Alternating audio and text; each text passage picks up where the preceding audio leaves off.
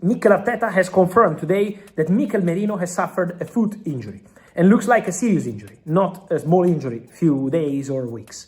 Could be longer. And so Arsenal in the last 24 hours have restarted exploring the market over loan possibilities.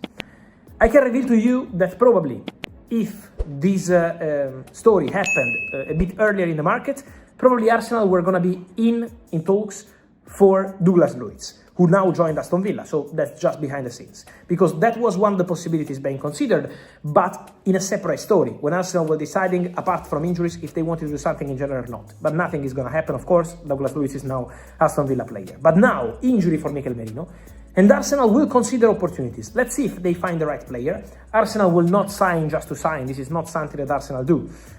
Mikel Arteta, the director Andrea Berta, they always work like this. If there is the right opportunity, Arsenal will do something. Otherwise, they will just wait for Merino and find internal solutions. But keep an eye on Arsenal in these final hours of the window, because if there is a good opportunity, if there is a good name, we have to be attentive. We have to see what's going to happen at Arsenal. So, for sure, an interesting one to follow.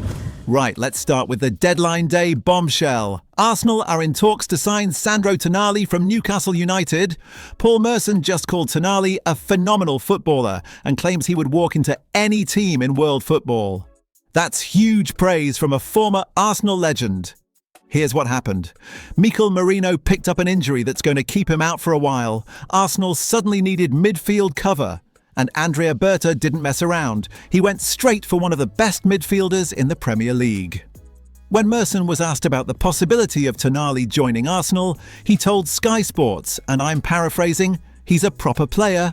I would take Tonali tomorrow morning." Everyone's saying he wouldn't play, but Arsenal are going for the Champions League, the league and 4 cups. They're not just planning for this season. They're planning to dominate football for the next 5 or 6 years. He is a phenomenal footballer. Think about that quote. Dominate football for the next 5 or 6 years. That's the ambition. That's the vision. And get this, Paul Scholes, Manchester United legend, thinks Tonali is better than Declan Rice, better than our own world-class defensive midfielder.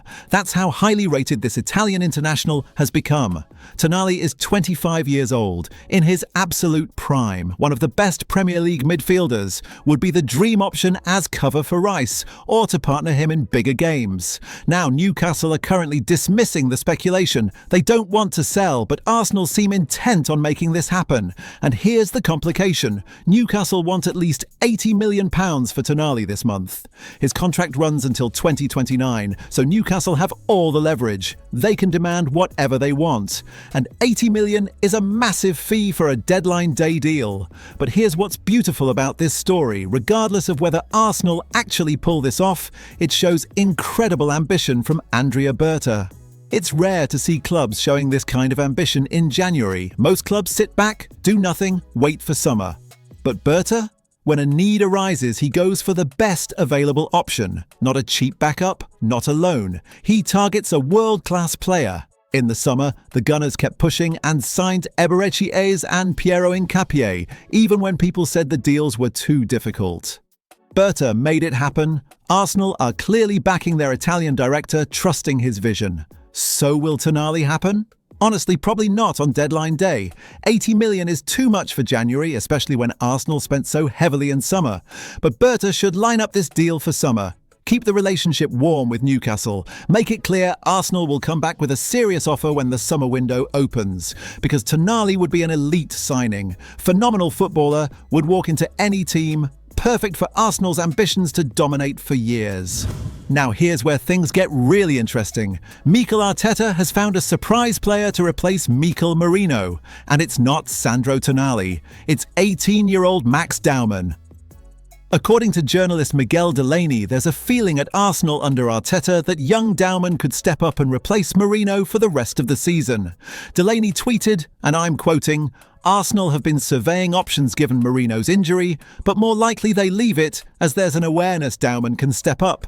They're conscious he has to be managed well at his age, but also looks ready for impact moments." Now, this is fascinating for multiple reasons. First, Merino is a very unique player. He can play anywhere in midfield and as a striker. That's a rare ability. Nobody else at Arsenal can do that. So replacing him seemed essential. But Arteta clearly has massive faith in Dowman. Enough faith to potentially skip signing a replacement entirely and trust an 18-year-old academy graduate. Here's where it gets even more interesting. Merino has mostly played as a central midfielder for Arsenal, but all of Dowman's first-team appearances have come on the right wing. So how does an 18-year-old right winger replace a 29-year-old central midfielder? Different positions, different roles. The answer might be tactical flexibility. Maybe Arteta sees Dowman as versatile enough to play multiple positions. Maybe the teenager has been training in midfield behind the scenes. Or, and this is my theory, maybe Dowman is being viewed as a replacement for Bukayo Saka on the right flank. If Saka's recent injury concerns continue, if Dowman covers right wing, that frees up other players to shift into midfield. Tactical chess, squad rotation, using youth intelligently. And here's what I love about this approach. Arsenal aren't panicking. We're not desperately throwing 80 million at Newcastle on deadline day. We're trusting our academy, trusting our development system, giving opportunities to young players. That's sustainable success. That's how you build a dynasty rather than just buying one season of glory. But there's still a potential problem. If Dowman is needed on the right wing and in midfield, that's a lot of responsibility for an 18-year-old. Arteta might then turn to another academy graduate, Miles Lewis-Skelly, to provide midfield cover. Two teenagers stepping up in crucial roles during a title race. That's either genius squad management or incredibly risky. Time will tell which. My take, I actually love this decision. Shows confidence in the academy. Shows Arteta's belief in youth development, and if Dowman or Lewis-Skelly can deliver in key moments, it strengthens squad depth without spending a penny. But Arsenal fans need to be patient. These are teenagers. They'll have good games and bad games, moments of brilliance and moments of inexperience. That's part of development. As long as Arteta manages their minutes carefully and doesn't overburden them, this could work beautifully. Final story, and it's the big one. Arsenal now have a 91.4% chance of winning the Premier League, according to Opta's supercomputer. Let's talk about what happened this weekend, because it was perfect for Arsenal. Arsenal beat Leeds United convincingly at Elland Road. Professional performance.